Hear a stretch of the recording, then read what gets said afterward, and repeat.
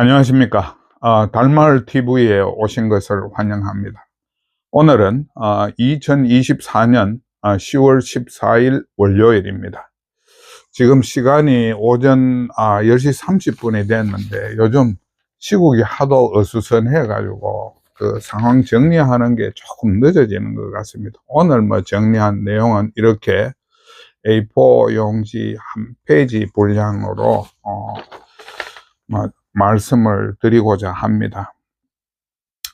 오늘 아침 그 주요 뉴스를 보면요, 한 6가지 정도가 제가 좀 눈에 띄더라고요.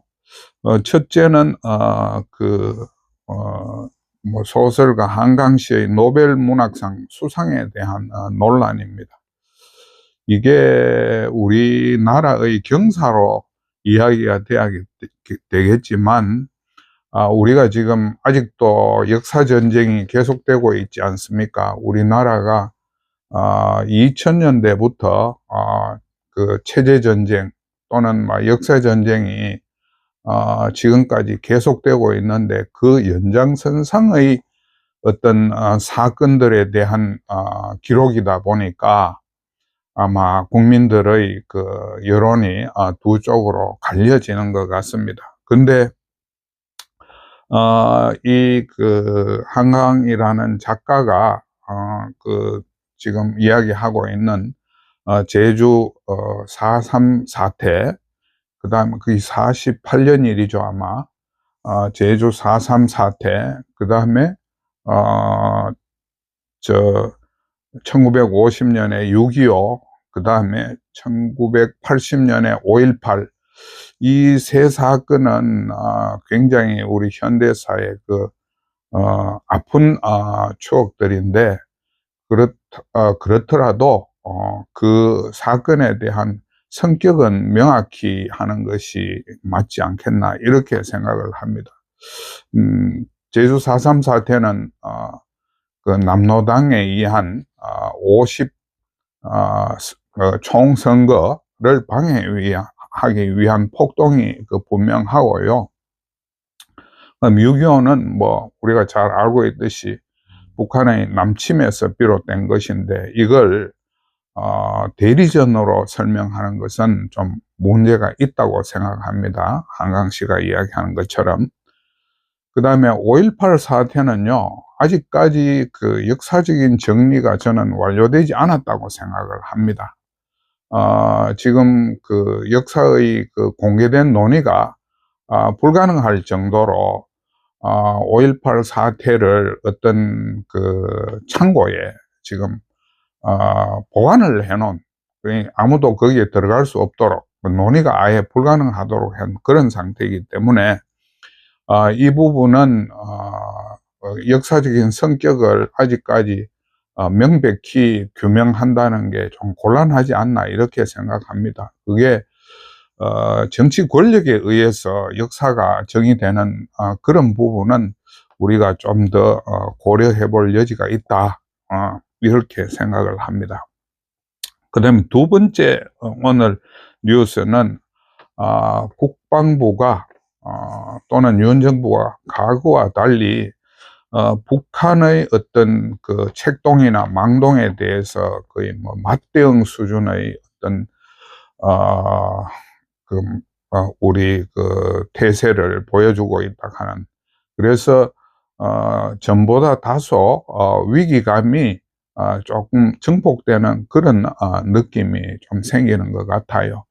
이 부분도 우리가 중요하게 다뤄야 될 사안인 건 틀림없는데, 워낙 일상화된 북한의 도발, 거기에 대해서 만성화된 우리가 반응을 보이고 있기 때문에 뒤에 시간이 있으면 따로 한번 말씀을 드리도록 하겠습니다. 그다음 세 번째 뉴스는요, 3일 뒤에 우리 그 헌법재판소가 말하자면 기능을 상실하게 된다는 그런 뉴스입니다. 이것은 그 야당인 민주당이 헌법재판관 추천을 지금 거부하고 자신들이 종래의 관행에 벗어나게 3명의 추천위원 중 2명을 자신들이 추천하겠다. 뭐 이런 억지를 부리고 있기 때문에 답을 못 찾아가지고 결과적으로 7명 이상이라야 현재 심판이 가능한데 지금 3일 뒤부터는 6명밖에 안 되니까 여기에 따른 우리 그 사법 체계의 무력화 뭐 이런 부분이 지금 중요한 국정 과제로 지금 떠올라 있습니다. 그 다음에 네 번째 중요 뉴스는요. 지금 그 김건희 씨를 둘러싼 어떤 논란이 점입 가경으로 가고 있는 것 같아요. 뭐 어떤 신문에서는 말하자면 한남동 라인이랍니까? 뭐 그런 식으로 해서 3인방이 있다. 이렇게 이야기를 하고 또 다른 신문에서는 칠간신이라는 그런 용어를 적시하면서 거기에 해당되는 청와대 용산의 대통령실 비서관 행정관 이름을 구체적으로 지금 거명하는 이런 단계에 가 있고 이 문제로 인해서 대통령이나 그 여당 대표 한동훈의 그 갈등이 심각해지고 있다. 뭐 이런 지금 이야기까지 번지고 있는 형국입니다. 근데 제가 볼 때는 대통령이나 한동훈 여당 대표나 두 분 다 지금 정확한 정당한 또는 국민들이 희망하는 그런 스탠스를 취하지 못하고 있다고 생각해요. 두 사람 다 아직까지 그 검사 시대의 그 버릇 이것을 버리지 못하고 정치인으로서의 노련한 그런 뭐랄까요, 국민들을 안심시키는 또 국민들의 그 기대에 부응하는 자세를 못 보여주고 있다. 저는 그렇게 생각을 합니다. 그 다음에 그 5번째 뉴스가요, 의료 대란이 지금 악화 일로를 걷고 있다는 겁니다. 여기에 대해서 윤 대통령이 요번에 동남아시아 순방 중에 잇따라 어떤 발언을 했는데 그 발언 내용이 참 우리가 보기에는 좀 너무 터무니없는 의의가 없는 것이 아닌가 이렇게 생각을 해요. 그 내용은 의료개혁은 국민 지지가 있는 한 흔들리지 않고 추진을 하겠다. 우리나라의 의료 서비스가 지속 가능성을 위협받고 있기 때문에 의료개혁은 불가피하다. 이런 식의 지금 메시지를 내고 있는데요. 제가 이 대통령 메시지를 접하고 느끼는 것은 자다가 남의 다리를 끌고 있는 그런 형국이 아닌가 이런 생각이 들어요. 그 정도로 국민들의 어떤 민심과는 완전히 배치된 그런 메시지를 내고 있으니까 결국은 국민은 물론이고 의료계로부터 불신만 자꾸 더 확대시키는 그런 인상이 있습니다. 거기에다가 또 교육부에서 의대 2학기 이상 휴학 금지, 내년 미복귀 시 유급 제적 불가피 같은 이런 대책을 또 제시를 하고 있는데요. 사실 이게 평상시 같으면 이게 정당한 대책일 수도 있습니다. 제가 볼 때는. 그런데 이미 지금까지 정부가 저지른 악수의 악수를 거듭한 끝에 나온 또 다른 대책이기 때문에 이 대책은 정상적인 정책으로 취급받기가 곤란하지 않겠나 그렇게 생각이 됩니다. 그래서 결과적으로 내년 3월이 돼도 의대생이나 또는 전공이나 또 이런 사람들이 돌아올 가능성이 거의 없고 군의관이나 공보위는 완전히 자원난으로 그 제도가 지금 위협받는 그런 상황까지 가고 있잖아요. 그러니까 대통령이 이런 참 그 어이없는 메시지를 내고 있기 때문에 민심 이반을 일으켜서 지지율은 계속 바닥을 가고 있고요. 또 뭐 최근에 한 여론조사에 의하면 70대까지 부정평가가 긍정평가보다 더 많아졌다는 그런 조사가 한번 나오기도 했습니다.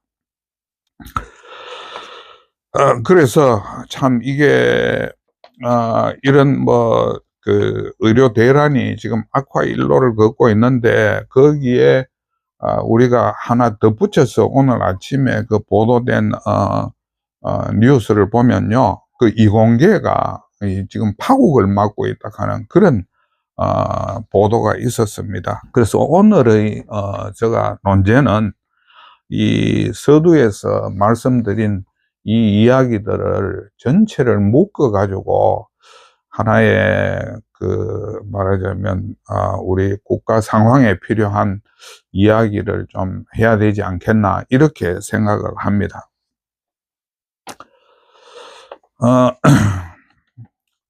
근년에 말이죠, 우리나라의 그 시사 상황을 보면 가랑비에 옷 젖듯이 나라가 완전히 서서히 지금 허물어지고 있다는 그런 생각이 지금 간절해지거든요. 한번 뭐 최근 몇 년간만 우리가 정리를 해가 한번 보시죠. 그게 뭐 그 요약을 하자면 그 민주당의 어떤 좌경 책동, 그 민주당 정권을 포함하는 겁니다. 그 다음에 반국가 세력의 발호, 무기력한 국힘의 그 합작품으로 이런 나라가 지금 허물어지고 있는, 와해되고 있는 중이 아닌가, 이런 생각이 들어요. 우리가 그걸 조금 더 구체적으로 살펴보면요, 기본적으로 우리나라는 아직도 휴전 중인 국가라는 것은 여러분도 잘 알고 계실 겁니다. 근데 대통령이라는 사람이 북한과 거의 내통 수준의 말하자면 반국가적인 일을 여러 차례 저질렀다고 우리가 그렇게 기억하고 있지 않습니까? 그런데다가 민주당은 지난 21대 국회에서 막판에 어떤 일을 우리나라에 가해를 한 건지 여러분이 아마 기억하실 수 있을 겁니다. 그 검수완박을 통해 가지고 검찰을 무력화 시켰잖아요.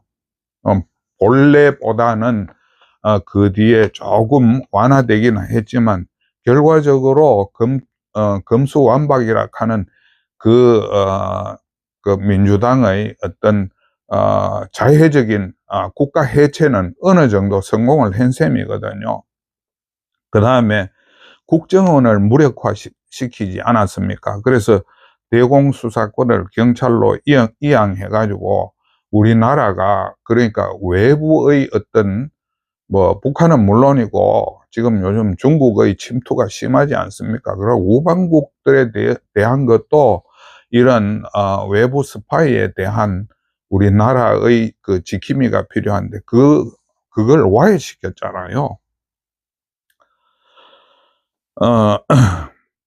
그런데 22대, 그리고 올해 7월이죠. 22대 국회 들어와 가지고 민주당이 지금 입법 독재를 지금 계속하고 있는 상황 아닙니까? 뭐 입법은 뭐 어떤 뭐 양당의 협의라든지 뭐 전문가 집단의 공청회라든지 이런 걸 거치는 게 아니고 마구잡이 입법을 자기들의 어떤 정치적 이해관계만 따져서 지금 입법을 하고 있지 않습니까? 거기에다가 방탄을 위한 특검법을 뭐 수차례 발의를 했죠.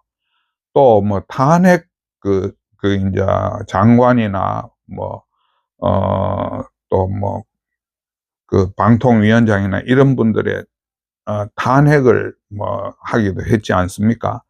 그래서 대통령이 사실 뭐 이런 것도 참 처음 보는 일인데 20회 이상 거부권을 행사하고 정쟁은 막 극단으로 치닫는 이런 현상이 빚어지고 있는 상태에다가 결국은 이런 탄핵이 이어지면서 그 행정부가 제대로 작동할 수 없는 그런 상황으로 만들어 갔잖아요. 그리고 행정부가 반신불수가 됐죠.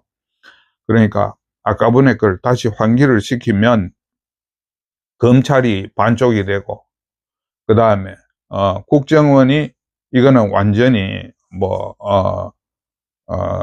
기능이 거의 무너졌다고 봐야 안 되겠습니까? 거기에다가 행정부가 제대로 역할을 할 수 없도록 지금 말하자면 계속적인 압박을 가하고 있죠. 거기에다가 이제 행정부를 넘어서 그 뭡니까 헌법재판소가 3일 뒤가 되면 제 기능을 지금 못하게 됐잖아요. 그럼 지금 네 번째로 우리나라의 그 사법체계, 이게 지금 반신불수가 되게 됐다는 겁니다. 근데 뭐 경우에 따라서는 지금 여러분들이 짐작하시는 거하고 마찬가지로 그 야당 대표가 자신을 방탄하기 위해 가지고 판사 탄핵도 못하라는 법이 없거든요. 그렇게 되면 뭐 헌법재판소는 물론이고 그 사법부 전체가 하나의 반신불수가 되는 이런 상태로 지금 갈 수 있는 겁니다. 다시 요약하자면 행정부와 사법부가 지금 완전히 뭐 정신적인 붕괴 상태에 들어갔다, 이렇게 이야기할 수 있겠죠. 그럼 이거는 뭘 이야기하느냐? 입법부가 그 상권 분립을 지금 와해시키고 있는 거예요. 그걸 우리가 명확히 인식을 해야 됩니다. 거기에다가 우리가 참 휴전 중인 국가라는 것을 생각하면 뭐 북한의 뭐 난동이라든가 또 뭐 중국의 어떤 뭐 영향력이나 뭐 무력 행사 이런 걸 늘 뭐 의식을 해야 되는 나라인데, 현재는 그런 총체적인 무질서 내지는 무기고문 상황에 빠져가지고 나라 운영이 정상적인 뭐 모양을 가질 수 없게 됐다, 지금 이런 상황까지 지금 발전해 있잖아요. 그래서 제가 여기서 생각하는 게 뭐고 하면, 지금 현재 상황은 그 대통령의 계엄령 선포 상황에 부합이 된다, 이렇게 생각을 합니다. 사실 우리가 뭐 근간에도 보고 박근혜 정부 때도 봤지만 민주당이 알레르기 반응을 보이는 것이 계엄령에 대한 어떤 뭐라고 할까요, 가능성 또는 개연성에 대한 뭐 아니땐 그 굴뚝에 연기 나는 그런 식의 그 대응을 해 왔지 않습니까? 그리고 이분들이 한마디로 제일 무서워하는 게 제가 볼 때는 계엄령이 아닌가, 이렇게 생각을 돼요. 그러니까 계엄령 준비가 전년 뭐 모의나 그런 게 없었는데도 그걸 뭐 계엄령이 마치 준비한 것처럼 이렇게 꾸미고, 최근에도 계엄령 때문에 얼마나 불필요한 그 논란, 국정의 논란을 만들고, 그런 것들이 국가의 정상적인 운행 또는 나라 발전에 얼마나 큰 지장을 주고 있습니까? 그래, 아무튼 이분들은 민주당은 이 계엄령의 괴짜만 보이면 뭐 이게 뭐 무조건 계엄령이 뭐 이루어진 듯 또는 모의를 한 듯 이런 식으로 지금 끌고 가고 있다는 거 아닙니까? 근데 거꾸로 생각해 보면 이게 민주당이 자신들이 하고 있는 행위가 계엄령을 불러올 만한 그런 사안이라는 것을 너무나 잘 알고 있는 거예요. 조금 전에 제가 말씀드렸지 않습니까? 검수완박이나 또는 국정원 대공수사권 박탈이라든지, 행정부 무력화라든지, 사법부 무력화라든지, 상권분립 와해라든지, 이런 상황들은 자기들이 우리나라의 민주체제의 근간을 완전히 무너뜨린 거거든요. 그러니까 계엄령의 당위성이 있다는 겁니다. 계엄령은 그냥 헌법에서 국민들한테 그냥 그런 게 있다는 쇼케이스가 아닙니다. 우리나라는 필요하면 계엄령을 동원해야 되는 그런 절박한 처지에 있는 나라라 하는 것을 잊어서는 안 된다는 겁니다. 우리 지금 헌법에 규정된 계엄령을 보면요, 전시나 사변, 또 이에 준하는 국가 비상사태 때 헌법의 일부 효력을 중단하고 군사권을 발동해서 치안을 유지하는 국가 긴급권의 하나라고 이렇게 이제 정리가 되어 있습니다. 그 다음에 행정권, 사법권을 군에 이관하고 하지만 지체 없이 국회에 통보하고 국회의 과반수 찬성으로 계엄은 해제돼야 된다고 이야기하는데, 제가 여기서 엉뚱한 소리 하겠습니다. 계엄을 선포하고 해제를 지체 없이 국회에 통과해야 된다는데요, 국회에 지체 없이 통과해야 될 이유가 있습니까? 지금까지 여러분들 잘 생각해 보세요. 입법부나 사법부가 법을 제대로 지키는 거 봤습니까? 입법부요, 자기들이 늘 법을 안 지켜요. 가장 먼저 법을 안 지키는 게 입법부예요. 그럼 사법부, 우리가 늘 이야기하는 선거재판의 기본 6개월, 2, 3심, 3개월, 3개월 하는 거 지킵니까? 안 지켜요. 그러면 행정부가 계엄령을 선포했다, 지켜야 될 이유가 있겠습니까? 지체 없이 국회에 통보 안 하면 어쩔 건데요. 지금 우리는요, 굉장히 참 위험한 순간에, 나라가 위험한 순간에 있어요. 그렇기 때문에 정상적인 정부라면 그런 거를 늘 염두에 두고 살아야 됩니다. 계엄령을.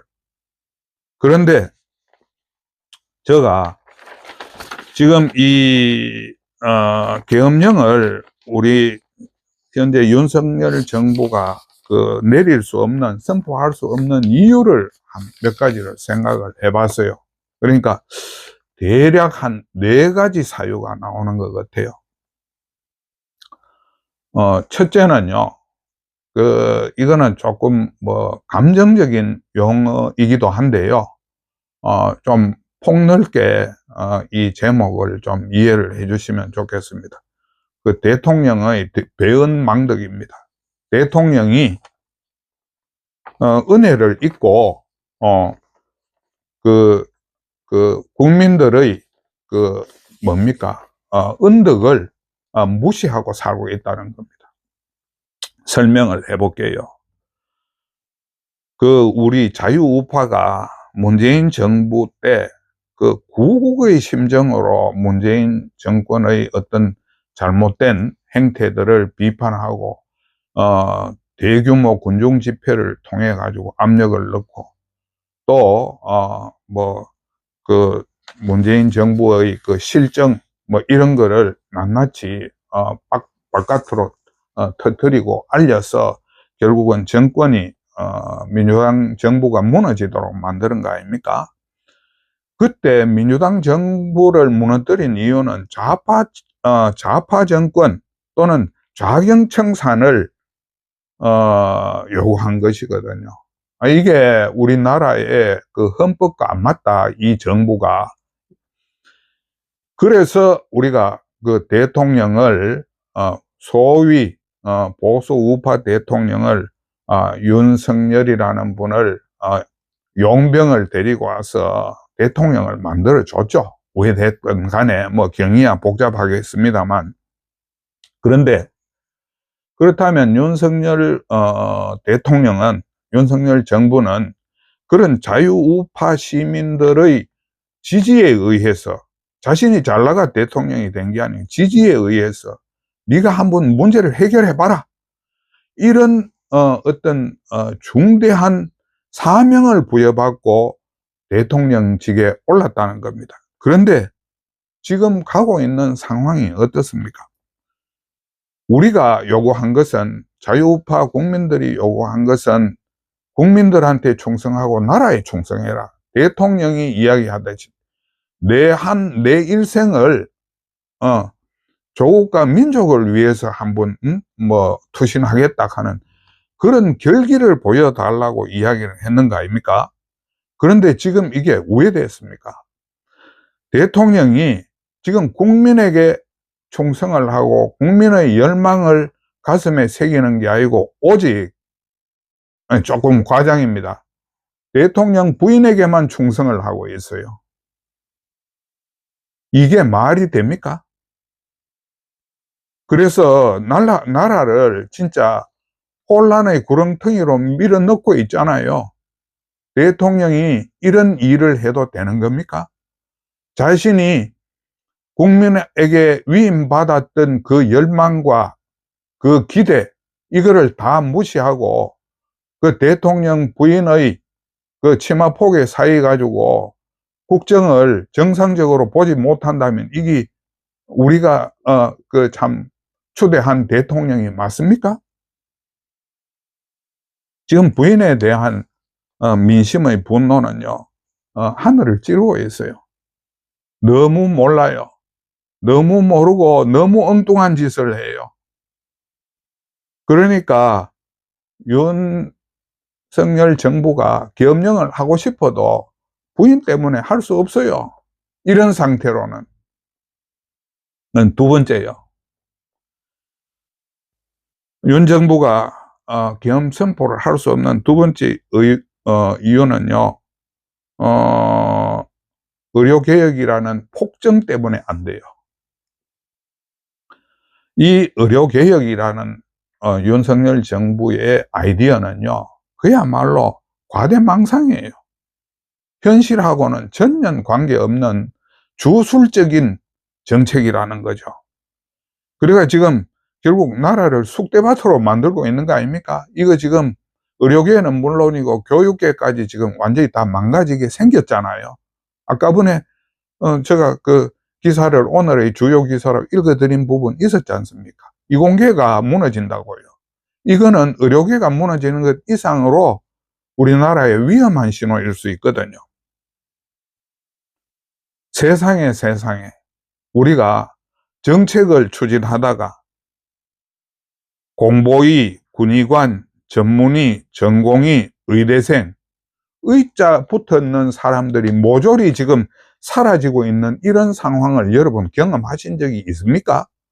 아무리 정책이 올바르고 그게 우리가 해야 될 일이라 하더라도 이런 식의 의료계에 있는 모든 미래 세대가 전부 손을 놓고 다 바깥으로 뛰쳐나갔다면 정부가 각성을 해야 되죠. 자신들의 잘못을 각성해야 되지. 지금 이 단계에 와서 변함없이 꾸준히 이 개혁을 밀고 나가겠다, 이런 이야기를 하는데, 아무리 우리가 국가적인 상황에서 계엄령이 내려야 될 상황이라도 이런 상황이면 계엄령을 내릴 수가 없어요. 그 다음에 세 번째 우리가 계엄령을 내릴 수 없는 이유는요, 그 국가 정상화에 실패했기 때문에 그렇습니다. 우선 야당 대표 있죠, 이머식이. 그 다음에 전 정권의 그 대통령 있죠, 모씨. 이런 분들에 대한 사법 처리를 못했다는 것은 이 정부가 기본적으로 가장 먼저 해야 될 일을 못한 거예요. 그러니까 의료개혁이니 하는 그런, 말하자면 빈말, 공수표 날리지 말고요, 가장 먼저 했어야 될 이 일부터 처리를 했어야 된다고요. 그런데 이분들에 대한 사법 처리하고 거의 같은 연장선상에서 우리가 생각해야 될 게, 우리나라를 완전히 그 가짜 지옥으로 만들고 있는 언론을 정상화시키는 데 실패했어요. 아직까지도 이 문제를 뭐 지금까지 조금 성과가 있었던 부분은 분명히 있습니다. 하지만 전체적으로 아직 이게 완결된 것이 아니거든요. 지금 2년 반이 됐잖아요. 아직까지 이런 문제를 한 개 못한다면 그런 정부가 무슨 국민의 여망을 받을 수 있겠습니까? 정말로 한심합니다. 한심하고 한심합니다. 그 다음에 네 번째요. 계엄령 선포가 어려운 이 정부가 선포할 수 없는 네 번째 이유는요. 문 정부가 망했던 것은 부동산 앙등 때문이 아닙니까? 50% 올랐잖아요. 5년 만에. 그 국민들한테 지옥으로 몰아넣는 정책입니다. 그게. 근데 지금 윤석열 정부가, 적어도 앞에 정부가 저지른 그런 엄청난 과오를, 국민들을 지옥에 몰아넣은 그런 과오를 해결해 줘야 될 의무가 있지 않습니까? 그런데 이게 뭐 해결이 됐습니까? 뭐 조금 뭐 숙지는 듯 하다가 다시 지금 뭐 부동산이 좀 앙등이 되고, 물론 이건 서울에 국한된 이야기입니다만 앙등이 돼 가지고 그 여파가 지금 온 천지에 지금 미치고 있다는 거예요. 거기다가 뭐 정부 부채는 얼마나 늘려놨습니까? 가계 부채는 또 얼마나 늘려놨습니까? 자영업은 파탄이죠. 근데 우리가 우리 주력 기업들 몇몇이 제대로 역할을 못하면 우리나라는 진짜 망조가 드는 거거든요. 거기에도 지금 보호를 제대로 못 해주고 육성을 못 해줘가지고 지금 요즘 어려운 뉴스들이 계속 나오고 있지 않습니까? 해놓은 게 없다는 겁니다. 경제하고 민생 이런 부분에서 이런 거를 해결 안 하고 엉뚱한 데 가가 안 해도 될 의료개혁 이런 걸 왜 하느냐고요. 이런 윤 정부가 계엄령을 선포할 수 없는 네 가지 이유를 살펴서 요약을 해보면요. 한마디로 윤석열 대통령이 국가 통치의 철학과 신념이 없다는 겁니다. 이분한테는 그런 걸 찾아볼 수가 없어요. 그리고 무엇보다 슬픈 일은 뭔고 하면, 우리가 이 국가 정책이라 하는 것은 그야말로 비전이 제시가 돼야 되는 거거든요. 국민들한테. 그런데 상상력이라는 것을 찾아볼 수가 없어요. 이 정부에서는. 그게 저는 그 검사 오래 한 분들의 아주 머리에 고착된 잘못된 인식이라고 생각합니다. 한동훈도 저는 그 점에서 매 한 가지라고 생각해요. 그래서 그 보수 우파에서 한동훈 같은 사람을 믿어서는 안 된다라는 게 저희 생각이에요. 똑같아요, 두 분이. 상상력이 없어요. 정치적 상상력이.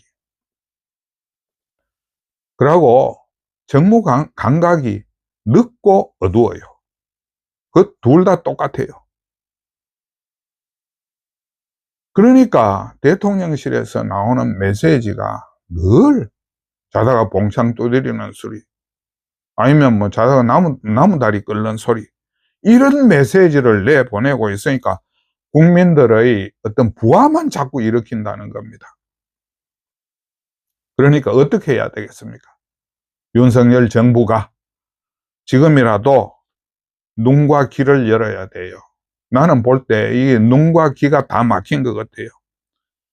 그래서 지금 제가 지금 네 가지 불가사유를 말씀을 드렸잖아요. 첫째, 김건희 씨에 대한 사법 처리를 해야 돼요. 이거는 뭐 사과하고 뭐 대통령이 뭐 여기는 뭐 검단의 구역이다 이런 소리 하면 안 돼요. 대통령이 될 때, 지난번에 제가 영상에서 말씀을 드렸죠. 대통령이 될 때 대통령 부인은 티끌에 불과한 거예요. 국민 앞에서. 대통령 자신도 티끌에 불과하다는 그런 인식을 가지고 김건희 씨를 사법 처리를 시켜야 돼요. 그 다음에 국정 개입을 완전히 차단해야 되는데, 그 주변에, 김건희 씨 주변에 있는 한남동 라인, 뭐 3인방인지 7간신인지 모르겠습니다. 이 전부 척결하지 않으면요, 뭐 조금 전에 이야기하는 그런 그 겸령은 고사하고 정부를 온전시키는 것도 힘들다는 겁니다. 그러니까 하루빨리 결단을 해야 됩니다. 그 다음에 의료개혁은요, 이때까지 늘 이야기했던 내용 다시 한번 말씀드리겠습니다. 완전한 철회. 처음부터 2월 6일 이전으로 돌아가야 됩니다. 올해 2월 6일 이전으로 돌아가야 되고, 관련자를 이 정책을 위반하고 이 정책을 부추긴 사람들 전부 다 문책을 하고요. 대통령은 자신의 그 어두웠던 그 행동에 대해서 국민한테 10번, 100번이라도 사과를 해야 됩니다. 그 다음에요, 세 번째, 국가 정상화를 실패했다고 제가 말씀드렸잖아요. 뭐 사법 처리, 언론 정상화 아직까지 안 됐는데, 그래도 윤석열 대통령이 대통령으로서 부여받은 업무 중에 중요한 하나가 이 좌경화된 국가를 정상화시키는 거 하고, 그 다음에 정부 조직을 재무장해서 경제와 민생 대책을 제대로 수립하는 것, 이런 국정 과제를 수행해야 될 필요가 있습니다. 이 4대 과제 중에서 적어도 그 1, 2, 3, 세 번의 그 과제 있죠. 이거는 우선적으로 처리가 돼야 될 사항이라고 그렇게 생각을 해요. 이 4대 과제를 해결하지 못하면, 또는 거기에 대한 노력이 미흡하면 대통령은 영원히 국가의 죄인이 된다. 이런 거를 분명히 마음에 담아야 된다고 생각을 합니다. 시중에 말이죠, 지금 윤석열 대통령이 그 야당 대표 이모 씨보다 더 나쁜 인간이라는 소리가 들릴 정도로 지금 민심이 흉흉하거든요. 그러니 대통령은 이 5년 정권은 잠깐이고 역사는 무한히 반복되게 윤석열을 단두대에 올릴 수도 있고 꽃가마에 태울 수도 있다는 그 사실을 가슴에 새겨야 된다는 겁니다. 그러니까 제가 오늘 이야기한 계엄령을 선포할 수 있을 정도의 그런 역량을 갖추어야 역사의 심판대에서 떳떳하게 설 수 있다 하는 그 사실을 내가 말씀을 드리고 싶고요. 문제는 그동안 시간을 너무 많이 허비했기 때문에 시간이 부족하다는 겁니다. 그래서 마음을 다잡고 초심으로 돌아가서 나에게 부여된 과제를 다시 한번 성찰해보고 조속한 시일 내에 국정의 어떤 쇄신이 이루어질 수 있도록 해주기를 바라고 싶습니다. 오늘 영상은 여기서 마치겠습니다. 감사합니다.